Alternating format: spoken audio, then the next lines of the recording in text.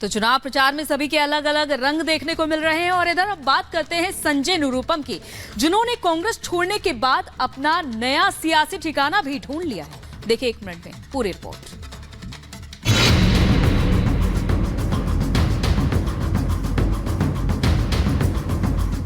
हाल ही में कांग्रेस से इस्तीफा देने वाले संजय निरुपम ने आखिरकार अपना नया सियासी ठिकाना तय कर लिया।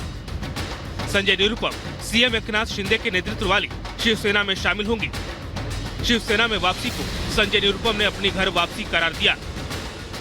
परसों मैं अपने सभी साथियों के साथ शिवसेना में दोपहर बाद कोई एक टाइम तय होगा, मुख्यमंत्री जी की उपस्थिति में प्रवेश करूंगा। हाँ, प्रवेश करना मतलब ज्वाइन करना ही होता है। जब पार्टी ज्वाइन करेंगे तो पार्टी के जितने भी उम्मीदवार होंगे, सारे उम्मीदवारों के लिए जोरदार तरीके से प्रचार किया जाएगा और शिवसेना का एक एक उम्मीदवार चुन करके आए, इसके लिए पूरा प्रयत्न किया जाएगा। हालांकि संजय निरुपम ने यह भी साफ किया कि वो इस बार का चुनाव नहीं लड़ेंगे और शिवसेना उम्मीदवारों को जिताने के लिए काम करेंगे। Bureau report, Republic Bharat.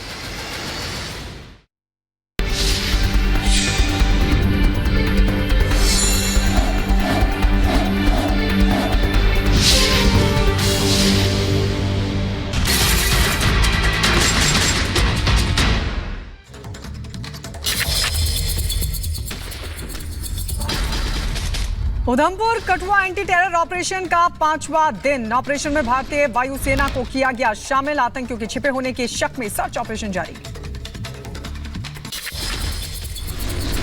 Jammu Kashmir के सांबा बॉर्डर पर सुरक्षा बलों ने घुसपैठ की कोशिश को नाकाम किया। मुठभेड़ में घुसपैठ या मारा गया।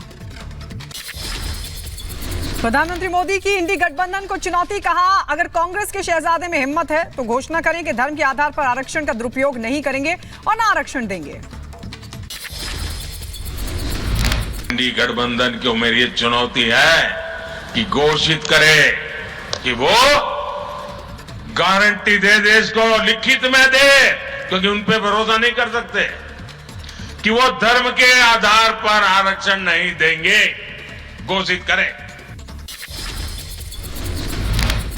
प्रतिभा सिंह का कंगना रनौत पर बयान वायरल। बोली, हसीन परी को देखने आने वाले लोग नहीं देंगे वोट। तो लोगों को तो हमने भी शानी थी जी, हमने भी देखनी थी कैसी है वो हसीन परी। तो उसको देखने के लिए भी लोग जा रहे हैं, देखने के लिए जा रहे हैं। हमने भी देखनी क्या चीज है वो, पर वो वोट में नहीं कन्वर्ट हो सकते वो लोग, उनका वोट नहीं जा सकता। बीजेपी नेता जयराम ठाकुर का विक्रमादित्य पर पलटवार। कहा, कंगना पार्टी की पहचान है, गलत भाषा का बीजेपी मुंह तोड़ जवाब देगी। कंगना का अपमान पार्टी बर्दाश्त नहीं करेगी। लेकिन अगर अभद्र भाषा का इस्तेमाल करेंगे, गलत भाषा का इस्तेमाल करेंगे, तो भारतीय जनता पार्टी गलत भाषा तो नहीं करेगी, लेकिन जवाब जोरदार तरीके से देंगे। विक्रमादित्य के अभद्र वाले बयान पर कंगना रनौत का पलटवार। कहा, पूर्व सीएम वीरभद्र होते तो डांट कर कहते कि अपनी बड़ी बहन से माफी मांगो। जी होते तो उनका दिल कितना दुखता कि हमारी बेटी को कहा कि वो अपवित्र है, और वो निश्चय ही टीका जी को डांट लगाते और बोलते कि तू अपनी बहन से माफी मांग। लेकिन आज उनको ऐसा बोलने वाला, उनको समझाने वाला कोई नहीं है। गृहमंत्री अमित शाह ने हैदराबाद में माधवीलता के समर्थन में किया रोड शो। माधवीलता के समर्थन में मांगे वोट। कहा, माधवीलता को प्रचंड बहुमत से जिताकर हैदराबाद को रजाकारों से मुक्ति दिलाने का करें काम।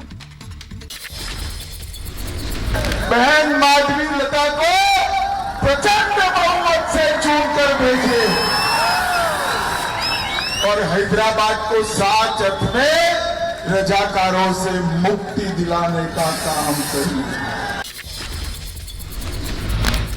यूपी के गाजीपुर से सपा प्रत्याशी अफजाल अंसारी ने शहीदों से की माफिया मुख्तार की तुलना। कहा, सुखदेव, भगत सिंह, चंद्रशेखर आजाद की कुर्बानी से अंग्रेजी सत्ता का पतन हुआ। आज सरकार समाज को गुलाम बनाने की कोशिश कर रही है। आज भी सरकार के जरिए से, अपनी हुकूमत की ताकत के जरिए से समाज को गुलाम बनाने की कोशिश हो रही है और इस बार फिर आपको एक आजादी की लड़ाई लड़नी है। कर्नाटक के मंत्री आरबी थिम्मापुर का विवादित बयान आया सामने। कहा, भगवान कृष्ण से की प्रज्वल रेवन्ना की तुलना। कहा, महिलाएं श्री कृष्ण परमात्मा के साथ भक्ति भाव से रहती थी, लेकिन शायद प्रज्वल रेवन्ना उनका रिकॉर्ड तोड़ना चाहते थे।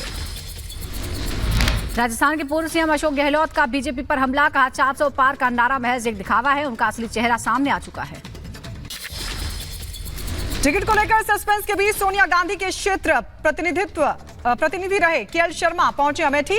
केएल शर्मा ब्लॉक स्तर पर कार्यकर्ताओं के साथ उन्होंने की बैठक के बाद केएल शर्मा ने कहा, दोनों सीटों से उम्मीदवारी के संबंध में कोई निर्णय नहीं हुआ है, सभी कांग्रेस कार्यकर्ता 3 मई के लिए तैयार।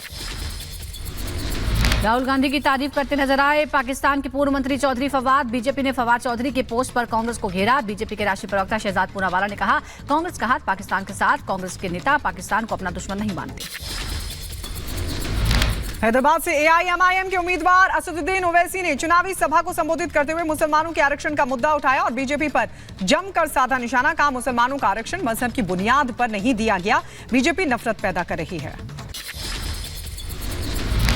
तेलंगाना के पूर्व सीएम केसीआर पर चुनाव आयोग का एक्शन, आदर्श आचार संहिता के उल्लंघन के मामले में 48 घंटे तक चुनाव प्रचार पर रोक लगाया। चुनाव आयोग ने कांग्रेस की शिकायत पर संज्ञान लेते हुए केसीआर को जारी किया नोटिस। चुनाव आयोग ने 16 अप्रैल को केसीआर के कारण बताओ नोटिस भी जारी किया था। अमेठी और रायबरेली में नामांकन भरने की कल अंतिम तारीख, अब तक कांग्रेस की ओर से तय नहीं किया गया। अमेठी में कांग्रेस का प्रत्याशी कौन होगा, रायबरेली पर भी कांग्रेस ने अपने पत्ते नहीं खोले। दोनों निर्वाचन क्षेत्रों में 20 मई को मतदान किया जाएगा। जम्मू कश्मीर के राजौरी में पीडीपी प्रमुख महबूबा मुफ्ती ने रोड शो किया। अनंतनाग राजौरी से लोकसभा उम्मीदवार हैं महबूबा मुफ्ती। चुनाव आयोग ने तेलंगाना की सभी 17 संसदीय सीटों पर मतदान समय में किया बदलाव। सुबह 7 बजे से शाम 6 बजे तक डाले जा सकेंगे वोट। चुनाव आयोग ने जारी किया नोटिफिकेशन भी। राजस्थान के अजमेर में लोकसभा चुनाव के लिए रीपोलिंग हो रही है। राजस्थान की सभी 25 सीटों पर 19 और 26 अप्रैल को मतदान हुआ था। बूथ पर पोलिंग पार्टी की गलती के कारण आज फिर से वोटिंग हो रही है। आंध्र प्रदेश में वाईएसआरसीपी का चुनावी अभियान शुरू। विजयवाड़ा से वाईएसआरसीपी उम्मीदवार हैं देवनेनी अविनाश। गुजरात के वडोदरा में सामूहिक विवाह का आयोजन हुआ। विवाह समारोह में सामूहिक रूप से मतदान करने की ली गई शपथ। बीआरएस नेता कृष्ण मन्ने को पुलिस ने किया गिरफ्तार। उस्मानिया विश्वविद्यालय में छुट्टियों के संबंध में परिपत्र को लेकर हुई गिरफ्तारी। कल ओयूपीएस में दर्ज की गई थी शिकायत।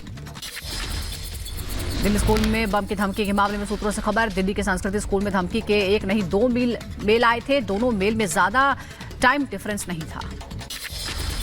उत्तर प्रदेश के हरदोई में अवैध हथियार फैक्ट्री का पुलिस ने किया भंडाफोड़। 6 तमंचे, भारी मात्रा में अधबने असले, कारतूस और खोखे भी बरामद। पुलिस ने 2 लोगों को किया गिरफ्तार।